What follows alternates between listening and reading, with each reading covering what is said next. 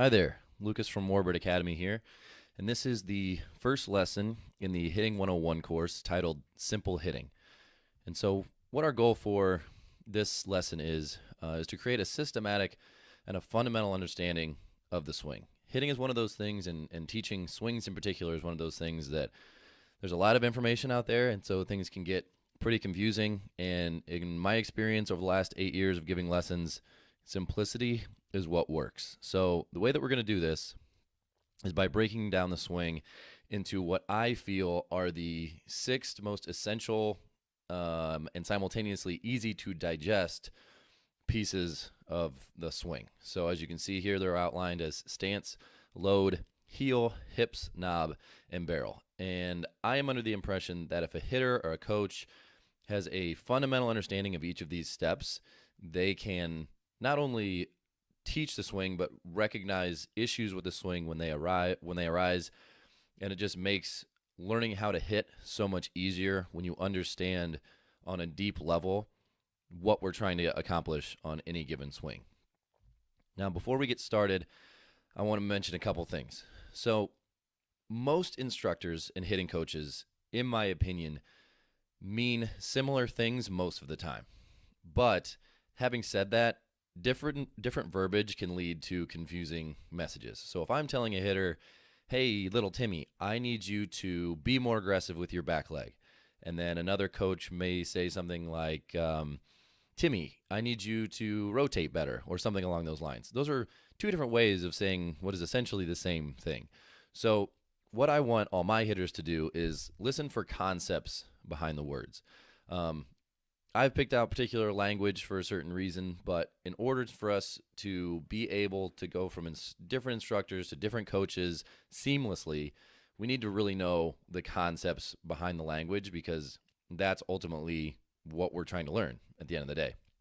Having said that, what follows in this presentation is a language that I use and I find most effective. So I've given over 4,000 lessons, and these are the terms that I use when I give a lesson, because I think they are the simplest and the most efficient.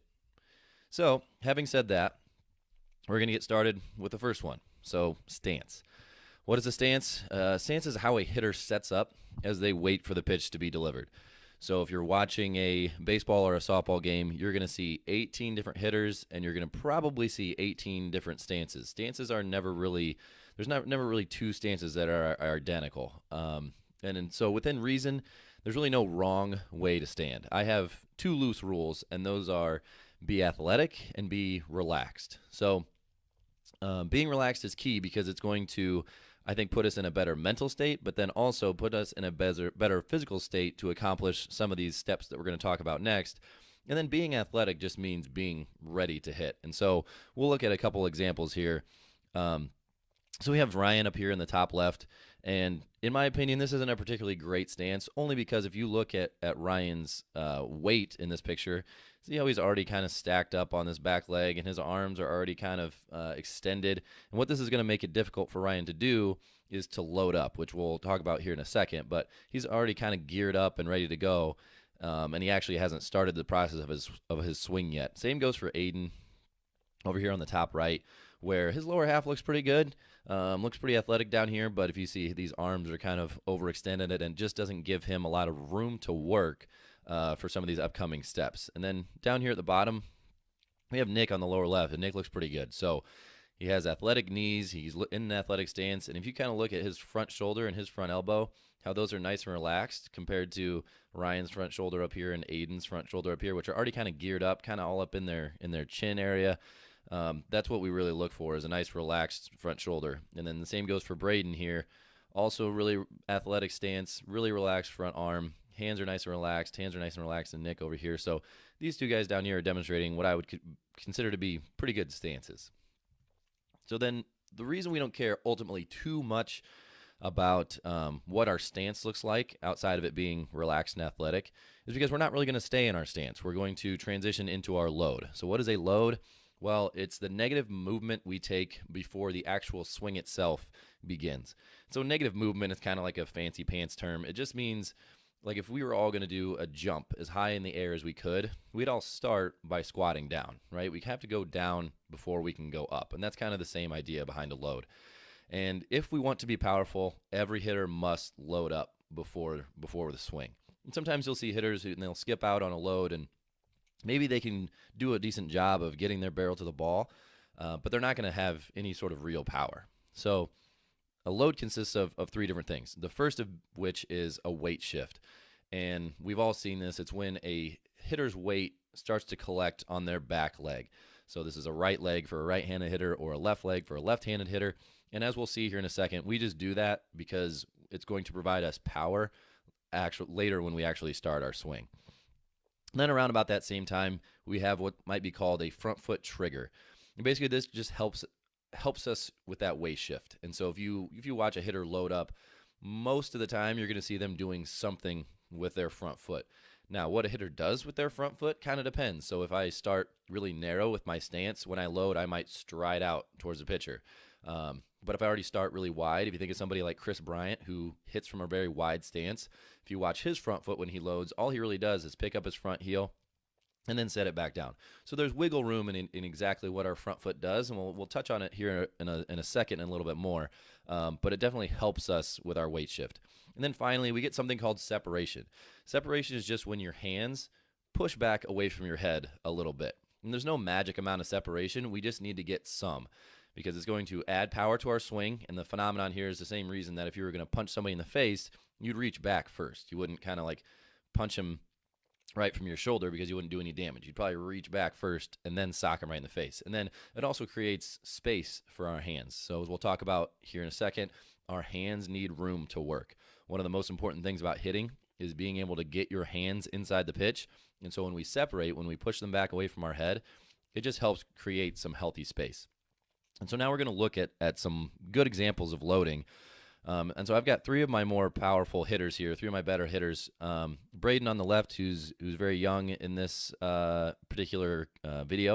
And then you have Hannah in the middle, one of my better softball hitters, and then Nick on the right, one of my stronger older hitters. And when you look at these, they're all eerily similar, right? And so what I want to point out is all three begin with a weight shift into their back leg. And so we'll kind of look at Braden here first, where as he starts, that weight shifts into his back leg. You see the same thing from Hannah, and then Nick is demonstrating the same thing. And then right after they've started their weight shift, you'll see their front foot do their thing. And so Braden starts a little narrower than he wants to be at his loaded position, so he strides back out towards the pitcher. Hannah starts with an open stance, and so when she picks up her front foot, she eventually closes herself off. And then Nick has the biggest leg kick of the three of them, where he brings it back with kind of that knee raise and then steps back out. And then lastly, we'll look at their hands. So we have our weight shift, then we have our front foot mechanic, and then our hands get back. Same thing over here with Hannah. She pushes her hands back as her front foot is getting down, and then finally you'll see the same thing here with Nick. So they're demonstrating sort of the three key components of any load. And what I will point out here finally is, as I mentioned a second ago, they all have different front foot mechanics. Braden with a small stride, Hannah who's stepping from open to closed, and then Nick with kind of a bigger leg kick. But what they all do a phenomenal job, and this video cuts just short, what they all do a phenomenal job is doing the third word, which is heel. And so what do I mean when I reference heel? Well, this is the moment that after our load, when our front foot makes complete contact with the ground. And what this does, ground contact with our front foot establishes our front side. So what in the heck is our front side? Well, it's made up of what I would consider four components. So you have your front foot, your front hip, your front shoulder, and then your head. So for a right-handed hitter, these are all the things on the left side of their body. For a left-handed hitter, these are things on the right side of their body. Of course, I mean, your head's in the middle of your body, but the other three are on what's considered the front side. And so what our front side is responsible for doing is its job is to focus all of the power of our swing to the middle of the field, right? So you can think of backside, as we'll talk about here in a second, provides all the power. And so we need front side to direct all of that power. And it does this by our front side must do two things. It must remain closed. And so the definition here is our heels need to be in line to the middle of the field. And then our front hip needs to be uncommitted. Well, what does that mean? It just means that if you were looking at a right-handed hitter's left pocket, when their front foot hits the ground, that left pocket needs to be pointed towards the pitcher. If it's pointed over towards the third baseman for a right-handed hitter, that's a committed front hip. And the reason that's bad is because then when we commit our front hip like that, we won't have it at the beginning of the swing when we need it. And so you can just flip it for a left-handed hitter. A left-handed hitter gets their right foot down, and their front pocket should be pointed towards the pitcher, not over towards the first baseman. And the other thing it must be is strong. So a strong front side is just one that keeps us back behind the ball. So our body and our head must stay behind our front side. And so if you think of a right-handed hitter, when they get their left foot down, if anything on their body is up past their front foot, so if it's slid up towards the pitcher, that would be a weak front side. And that's bad for a lot of different reasons. The big one is when we're strong with our front side. So when we're back behind our front foot, we're going to rotate really well. We're going to be able to generate a lot of power. At the same time, we'll be able to get inside the ball, and that helps us get our barrel to the ball. So it just kind of sets us up to have a really, really good swing. So we'll look at some examples here to kind of drive this home. So we'll start up there in the top left. That's Garrett. And as you can see on this particular swing, he doesn't do a very good job of getting closed on his front side. One of the dead giveaways here is if you look at a hitter's front foot and it's sort of past 45 degrees, that would be an open front side. So basically, you don't want your toe pointed towards the pitcher. You want it pointed either towards the plate or maybe slightly in front of the plate, but this is a little bit too open, and as you can see, it's caused his front hip to commit, meaning his front hip's kind of pushing open towards the third baseman. Same thing here with Troy, but slightly different in that, you remember, our heels have to be in line to the pitcher. So this is the classic example of stepping in the bucket, where if we were to draw a line from his back heel to his front heel and we kind of extended it out, that'd be pointed over towards the shortstop. He's a right-handed hitter. So he's not getting close with his front side either, and as you can kind of see, it's already starting to tug his front hip open, and so the rest of his swing is going to be headed over towards the left field side, because as we talked about before, front side is meant to provide direction, and so his direction right now is over towards left field, which we don't want on a pitch down the middle of the plate. Next we have Annika, who is just landing a little narrow, and then again you see her front foot flying open. We'll look at a video of her a little bit later. And same thing, front hips kind of flying open, and if you were to throw Annika maybe a rise ball or a changeup on the outside part of the plate, she'd have a tough time on this particular swing of getting her barrel to it because, again, all this stuff on the front side is just yanking her down the left field line. Here on the bottom, we see Braden again demonstrating a pretty good landing position. So front foot down closed, his front hip is closed, and then you see his hands have stayed back as a result. This is Sam, one of my better older hitters, same deal. His heels are in line, heel is closed, front shoulder down, hands are back, weight is back on his backside, another good landing position, and then same goes for Emma. She's closed on her front side, front hip is closed, weight is back, hands are back. All of these hitters could hit equally well a fastball on the upper inside part of the zone or a changeup down and away because they've set themselves up in a position to be able to make adjustments.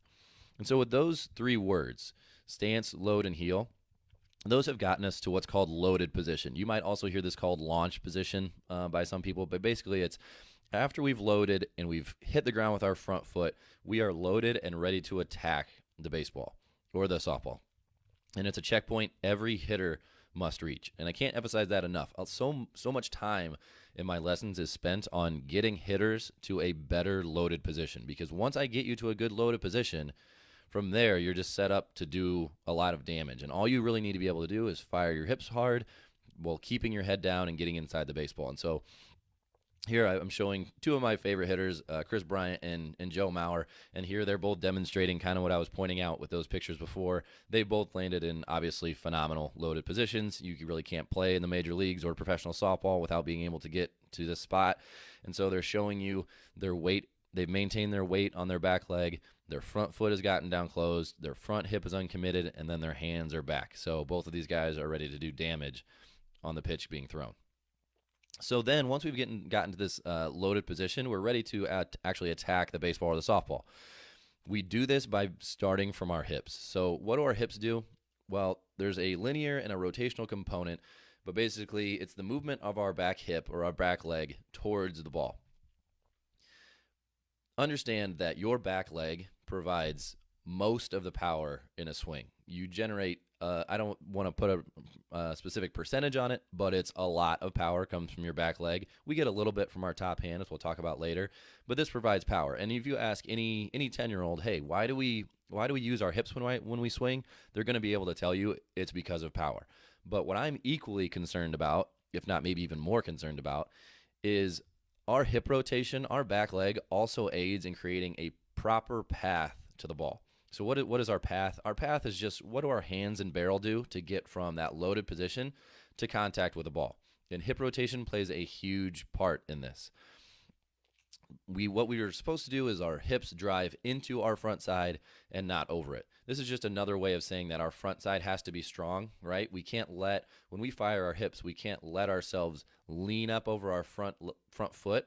Maybe like if you've ever seen a golfer swing, when they come through on their finish or their follow through, they end up standing really tall over their front foot. Well, as baseball and softball hitters, we can't allow that to happen, because what it's going to cause is our hip rotation is not going to be as good, and then as a result, we're not going to have as good of a path to the ball. Another way of saying this is we must stay behind the ball or behind our front foot.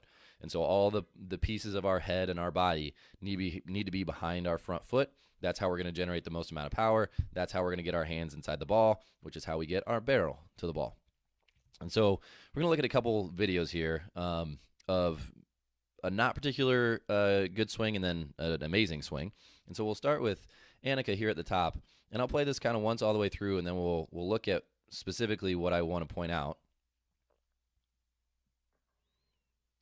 So just like a not particularly good swing, but we'll kind of look at why. So we can see Annika start to load up, but then as she's trying to get her front foot down, she starts to fire her hips as well.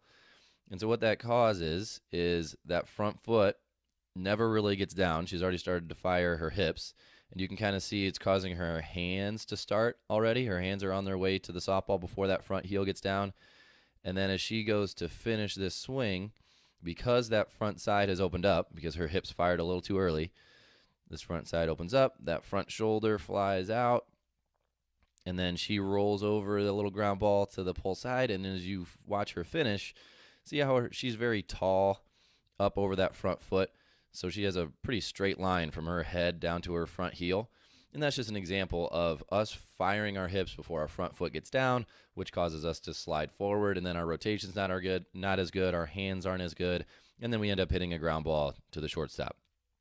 And then we'll look at Crystal Bustos, who is probably one of the best softball players in the last decade, and we'll look at hers all the way through. It happens a little fast, but then we'll go back and look, and she demonstrates just a phenomenal front side. So you can see her front foot hit right there. And then what I want you to watch is this back leg. So her hands are still loaded. She hasn't actually started any part of her swing yet. But when you watch her start, you're going to see this back leg do most of the work. And so she's already starting to fire that back leg. And what it does is it pulls her knob inside the softball. And then she crushes this pitch. And so it's just a matter of her getting foot down and then firing her hips not over her front side, but into them. And then the only other thing I'll point out is she starts her swing with her lower half, and I encourage every single hitter to think of it that way. That if I had picked out a pitch and I'm going to attack the pitch, I want to think about getting it with my back leg first, because that's going to make everything else kind of fall in line. Which leads us to the next word, knob. And so when I talk about knob, I'm just referencing the movement of our hands from loaded position to getting inside the pitch. And this is perhaps the most fundamental principle of hitting, is that our back leg and our bottom hand is the hand that's closer to the knob. So for a right-handed hitter, this would be their left hand. For a left-handed hitter, this would be their right hand. So our back leg and our knob kind of work together to get inside the pitch. Now, what does inside the pitch mean? Well, imagine you're receiving a pitch thrown right down the middle of the plate. There's going to be space between you and the ball.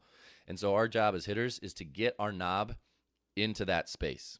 And like I said, it's back leg and our bottom hand that work in tandem to do this. And the way we take advantage of our hips is that our bottom hand must wait for back leg to initiate the movement.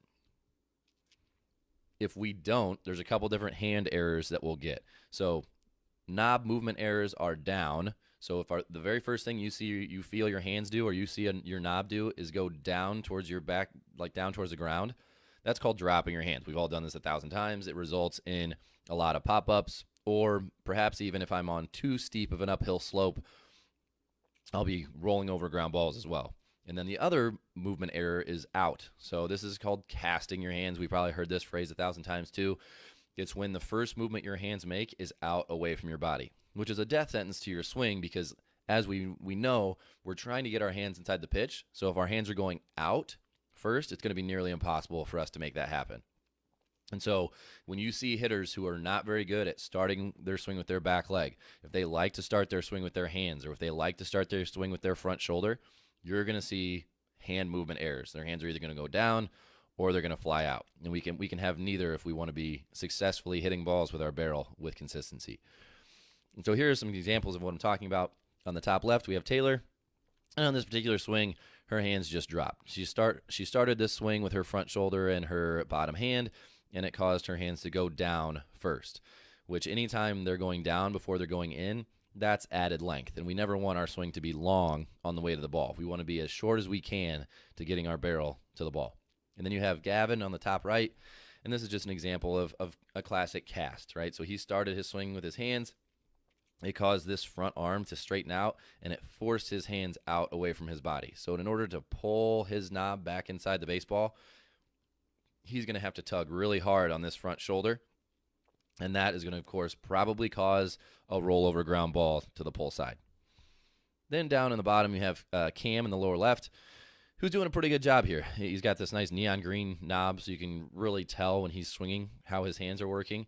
And he's done a decent job of, he's started his swing with his back leg. He's already got pretty good rotation out of that lower half, and it's helped him pull his knob inside the ball with a front shoulder that's relatively uncommitted. And then you have Will in the bottom right, again, demonstrating a pretty good relationship between his back hip and his knob. So these two guys have gotten their knob inside the ball, and the reason this is so important is because then it's going to allow us to line up our barrel with the baseball or the softball, which is a good segue into the final word, which is barrel. And so when I'm referencing barrel, I'm just talking about the snapping or the driving, however you want to think of it, of our bat to and then through the ball. And so this is the final movement of the swing. And typically what you'll have is, well, for sure, top hand is the one that controls the barrel. So typically if you feel more comfortable punching someone in the head with your right hand, you're probably a right-handed hitter, and then vice versa. If you're more comfortable with hitting people with your left hand, you're probably a left-handed hitter. This isn't always the case, but typically it is. And so what top hand does is after our back leg and after our bottom hand have worked our knob inside the ball, then and only then will top hand drive the barrel through the ball. And the reason we're so careful about saying the word through the ball rather than just to the ball is because we want to get what's called extension. An extension is just us finishing our barrel all the way through contact. The sort of the opposite of extension or poor extension would be what's called rollover. And so if you ever hear anybody reference, oh, I rolled over that pitch, or oh, I felt my hands roll over, it's just a failure to extend through the ball. And it's kind of when your wrists turn over. And there's a lot of different things that can cause rollover, a lot of things particularly at the beginning of the swing that will end up kind of manifesting themselves as rollover. So sometimes as hitters, we're like, oh man, I'm rolling over everything. I don't know what's going on. Well, it's because there's a lot of different things that could be going wrong. It might be a weak top hand, but more often than not, it's something earlier in the swing that has caused it. And so here are some examples of extension or lack thereof. So Emma in the top left is actually demonstrating a pretty decent position at contact with a ball. So what we're talking about specifically when we talk about extension is this elbow right here. So her elbow is bent at 90 degrees, and it's in a good position that if she was to extend her elbow, her barrel would kind of chase the softball off the tee. But what Emma actually does on the end of this swing is her torso just kind of spins, and she never unbends this elbow, and that causes her to roll over a lot of pitches in the middle of the plate. Along the same lines as Jack over here, and you can kind of already tell that what Jack has done, this is a tee set up right in the middle of the plate, and what Jack has done is he's already kind of extended this arm, and his barrel is rolling over towards the pull side. And so kind of in this position, we want to see Jack with maybe a little bit more elbow bend so that he can force his barrel not over towards the third baseman, but since this is a pitch middle, more to the middle of the field. And so to kind of get a clearer example of what I'm talking about, Hannah's demonstrating this about as well as you can, where she has a little bit of extension left to get, but her barrel's already set up in a really good position. You can kind of see this top hand palm pointed to the ceiling. That's crucial, whereas you kind of look at Jack's, it's kind of pointed over towards the clouds in left field, maybe a little bit more. And so she's set up in a position to really drive herself through balls. And then the same is Jarrett over here, where this is the reason I pulled this one up is he's working on a pitch on the inside part of the plate. You can kind of see how the tee is out in front of his front foot. So he's really working on, as a left-handed hitter, taking a pitch in and driving it to right center. Because we need two things. First of all, what extension provides us is elevation and backspin. So we want to hit doubles. That's what hitters are supposed to do. Singles are great, but why hit a single when I can hit a double?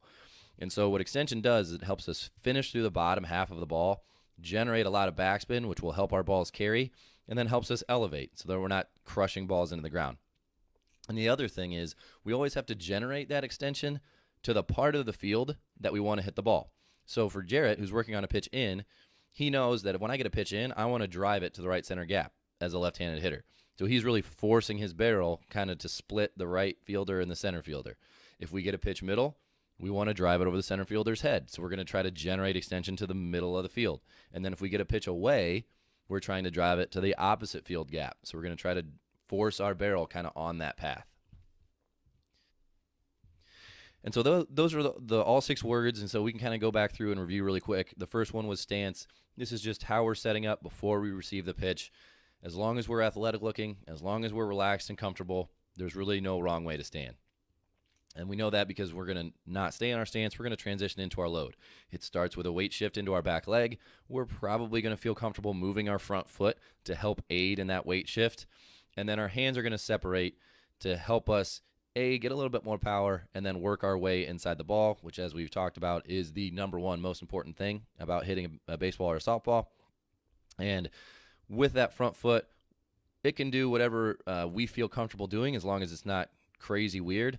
What's important is that we have to get it back down on the ground before our swing starts. So heel is the third word, and it just references, hey, we have to get that front foot down. We have to be closed, and we have to be really, really strong on that front leg to kind of weather the storm of all this power we're going to generate and focus it to the middle of the field. Remember, front side provides direction, and we want direction to happen to the middle of the field.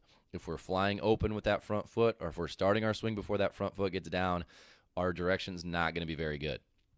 And so that, of course, leads us to hips. When we finally get that front foot down and we're going to attack the ball, we must think about starting with our hips. Yes, hips provide power, but more importantly, they help us establish a correct path to the ball.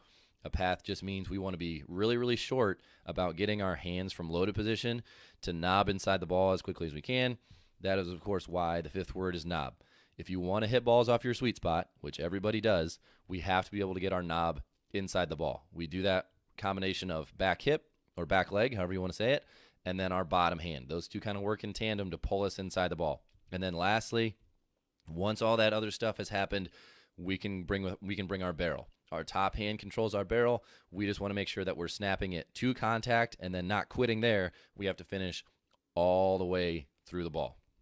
So that's the 6 words. If you can master those 6, you're well on your way to sort of having a really, really solid understanding of a swing, and then on top of that, being able to self-diagnose problems when they arrive.